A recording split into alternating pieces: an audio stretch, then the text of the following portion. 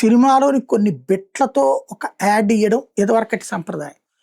ఇప్పుడు సినిమాతో సంబంధం లేకుండా రీల్స్ తరహాలో ఈ అడ్వర్టైజ్మెంట్లు ఇవ్వడం ఒక పద్ధతి. అనిల్ రావిపూడి అట్లా కాదు.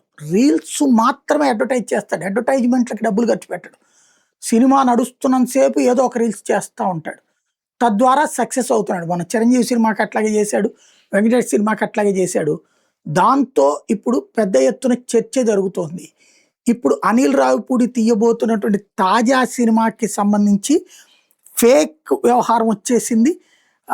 దానికి కాస్టింగ్ పిలుస్తున్నారు అంటూ కొంతమంది బోగస్ అడ్వర్టైజ్మెంట్ ఇచ్చేటప్పటికి మా సినిమా పేరుతో ఒక నకిలీ కాస్టింగ్ కాల్ సోషల్ మీడియా ఇతర మాధ్యమాల ద్వారా ప్రచారం అవుతుందని మా దృష్టికి వచ్చింది.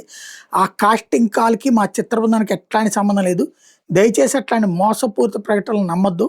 మా సినిమా తరపున కాస్టింగ్ పేరుతో సంప్రదిస్తున్న వ్యక్తులకి మీ వ్యక్తిగత వివరాలు, ఫోటోలు, పత్రాలు లేదా డబ్బు ఇవ్వద్దు అంటూ ఇప్పుడు హైలైట్ చేసుకొచ్చారు. మా చిత్రానికి సంబంధించిన ఏదైనా అధికారిక కాస్టింగ్ ప్రకటనలు ఉంటే కేవలం మా అధికారిక ధృవీకరించిన సోషల్ మీడియా ఖాతాల ద్వారా ప్రకటిస్తాం. జాగ్రత్తగా ఉన్న మోసగాళ్ళ వలలో పడద్దంటూ ఎక్స్ వేదికగా షైన్ స్క్రీన్స్ వాళ్ళు ప్రొజెక్ట్ చేసుకొచ్చారు.